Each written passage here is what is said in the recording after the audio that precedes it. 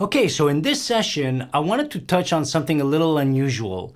So I wanted to look at chord progressions again because I think they're really important. Obviously, it is the beginning of your song. It is the foundation upon which you're gonna lay your melody, you're gonna lay your lyrics. I mean, everything starts with the chord progression, with some kind of a foundation for your song, okay? So we have the conventional chord progressions. They're a dime a dozen. That is true. There's so many songs that use the same chord progressions. We know this. We've already covered this.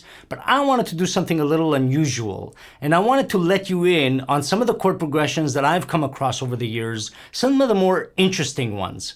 A lot of these go outside of the box, okay? A lot of these are not within one single key. So they'll borrow from another key. Let's say you're in the key of E, it'll borrow from G, it can borrow from D, it can borrow from whatever, okay? And that's what makes these so interesting. But of course, when you're doing this kind of exercise, you wanna use your ears. Like you don't wanna do this kind of thing on paper, like with a circle of fifths or anything like that. You don't want any of that. This has to be like fully coming from inspiration, and creativity, and just a feel for what sounds good. You gotta try and forget, okay, I know it sounds a bit counterintuitive, but you gotta try and forget what you know about theory and about how chord structure works and what works with what and what shouldn't work, right? But sometimes it does, and it sounds pretty amazing. So I wanted to go over these chord progressions, some of them that are really unusual, but hopefully they'll lay the foundation for your next song. Okay, now before we get into it, just some ground rules, okay? We're not even gonna discuss what key each progression is in. They're all in different keys. We're not gonna stick to one key. They're all in different keys, and the reason for that is because a chord progression in a particular key has a particular flavor. So when you transpose it, let's say you're in the key of E and you go to the key of G, you lose that flavor. You lose that edge that you had in a particular key. Once you transpose it into another key, it doesn't sound the same.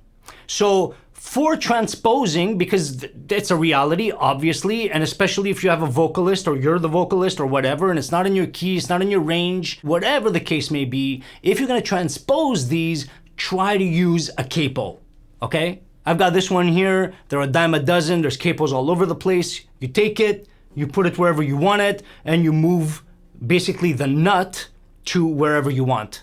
Okay? And you can play that progression in the way that it's meant to be played so that you maintain and preserve the flavor of that chord progression. All right?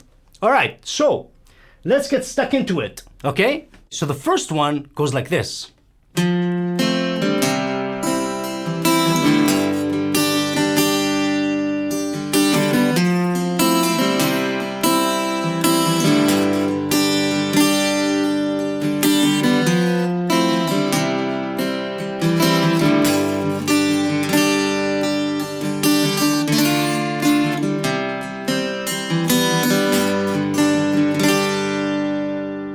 All right, that's the first one. Now we're not gonna name it, we're not gonna do anything. The only thing I'm gonna do is like I did just now, I'm gonna have the chords put up just so you know and you can see a diagram of which chords I'm playing. I'm not gonna elaborate any further. I just want the progression to speak for itself. So let's go for the next one.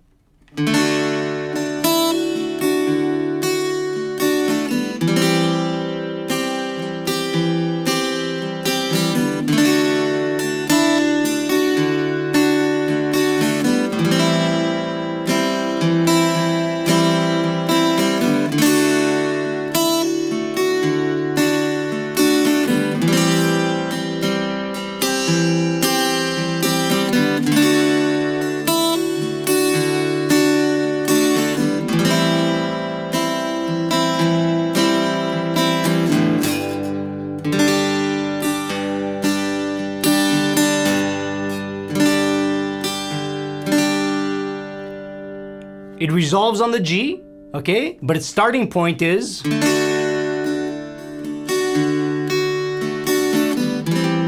the D. Okay, next.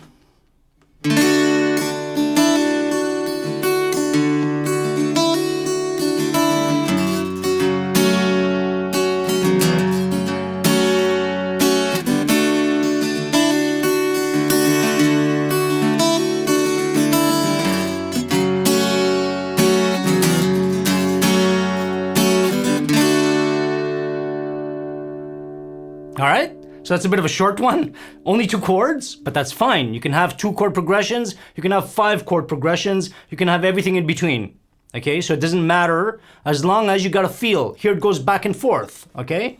Here we'll try another simple one. E major. Oops, I wasn't supposed to say anything. Okay, let's go. Starts off in E major, but watch. Remember, just as a side note here, E major has F sharp minor in it, right? Keep that in mind when you see this progression.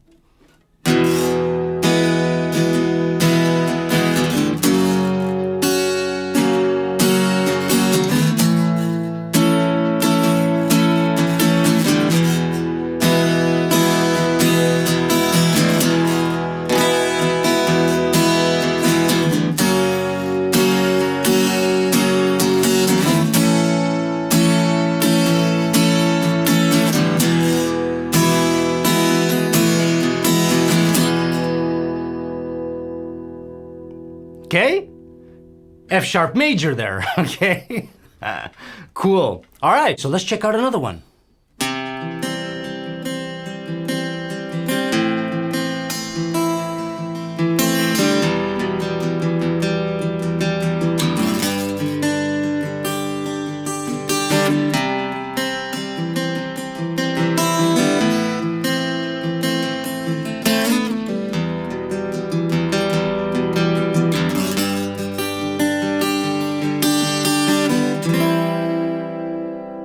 Not bad. What do you think? Can you do something with that? I hope so. I hope you guys can take these progressions and do something and use them as inspiration, as a foundation. They're uncommon. Some of them are more common than others, but some of them are not all there, you know, and the key you play them in is really important. So if I'm not comfortable in this key, okay, and it just doesn't suit my voice, no problem. I get my capo and I find where the positioning is best for my voice. And sometimes you'll find if you put the capo right around the 5th or 7th fret or even 9th fret, you get a completely different harmonization. It just sounds incredible, you know? So, and that's another way to record, by the way. A really good trick, now that I thought of it, is record, when you're recording acoustic guitar, record 2 parts. Like identical parts, but one up here, the C, right? And here, right? With the same kind of picking pattern.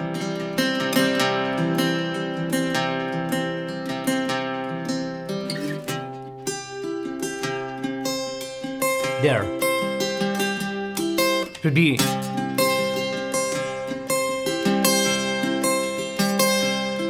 And here it would be.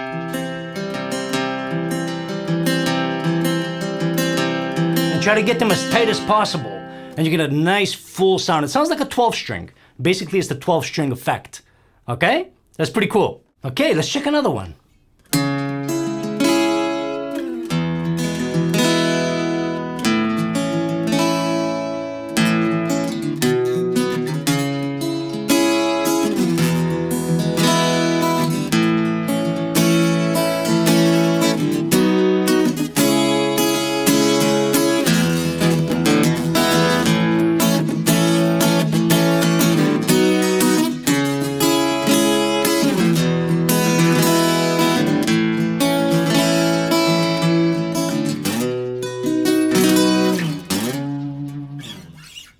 Not bad. I like that chord progression. I love it. I've been trying to do something with it, but it's just not happening yet, but I'm confident something's gonna come out of that. I just get inspired. Every time I play that progression, I get inspired. I love it. But you see what I mean? That feel of coming from C sharp minor to E major, that full-bodied E major, and then going back to A major, which is lighter and softer, and in between C sharp minor and E major, like you can feel the difference there. Okay, so if we were to do that in another key, let's say we did it in D minor. Okay, let's say we did it in D minor. Okay, so we start out D minor instead of C sharp minor. F major, right? And A sharp major. Look at the difference.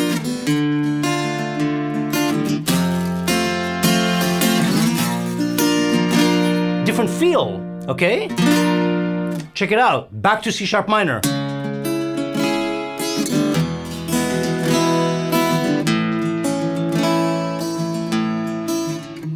You see the difference? There's a difference there. It's difference in feel, a difference in flavor.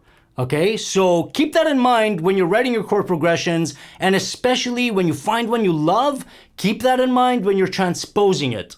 Okay, very important. So that's about it. I'm hoping that this will give you some inspiration and a little bit of a springboard for your own ideas, you know, just to get those creative juices flowing. Something a bit out of the usual, a bit out of the ordinary, you know, just a little bit out of the box and within the box, but different flavors, different keys. As you saw, we covered a whole range of keys there. We didn't even name them, and we don't want to name them. Okay, we want to keep those creative juices flowing.